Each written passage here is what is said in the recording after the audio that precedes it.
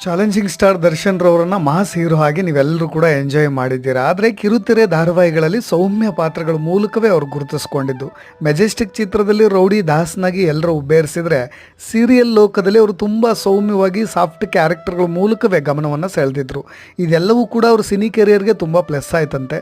ಅಂಬಿಕಾ ಅನ್ನೋ ಧಾರಾವಾಹಿಯಲ್ಲಿ ದರ್ಶನ್ ನಟಿಸಿರೋದು ನಿಮಗೆಲ್ರಿಗೂ ಗೊತ್ತೇ ಇದೆ. ಅದನ್ನು ಸಾಕಷ್ಟು ಸಂದರ್ಶನಗಳಲ್ಲೂ ಕೂಡ ಹೇಳಿದ್ದಾರೆ. ಆದರೆ ಇನ್ನೆರಡು ಧಾರಾವಾಹಿಗಳು ನಿಮಗೆ ಗೊತ್ತಿರಲಿಕ್ಕಿಲ್ಲ. ಒಂದು ಖಡ್ಡ ಅನ್ನೋ ಧಾರಾವಾಹಿ, ಜೊತೆಗೆ ಊರ್ವಶಿ ಎನ್ನುವ ಧಾರಾವಾಹಿ.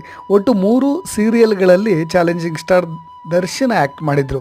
ಇದು ಅಲ್ಲಿನ ಪಾತ್ರ, ಜೊತೆಗೆ ಯಾವ ರೀತಿಯಾಗಿ ಅಭಿನಯಿಸಬೇಕು, ಆಂಗಿಕ ಅಭಿನಯ ಎಲ್ಲವುದನ್ನು ಕೂಡ ಕಲೀಲಿಕ್ಕೆ ಸಾಧ್ಯವಾಯಿತಂತೆ ಈ 3 ಧಾರಾವಾಹಿಗಳ ಮೂಲಕ.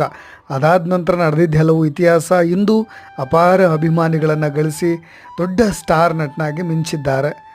ಎಲ್ಲವೂ ಕೂಡ ಇತಿಹಾಸ.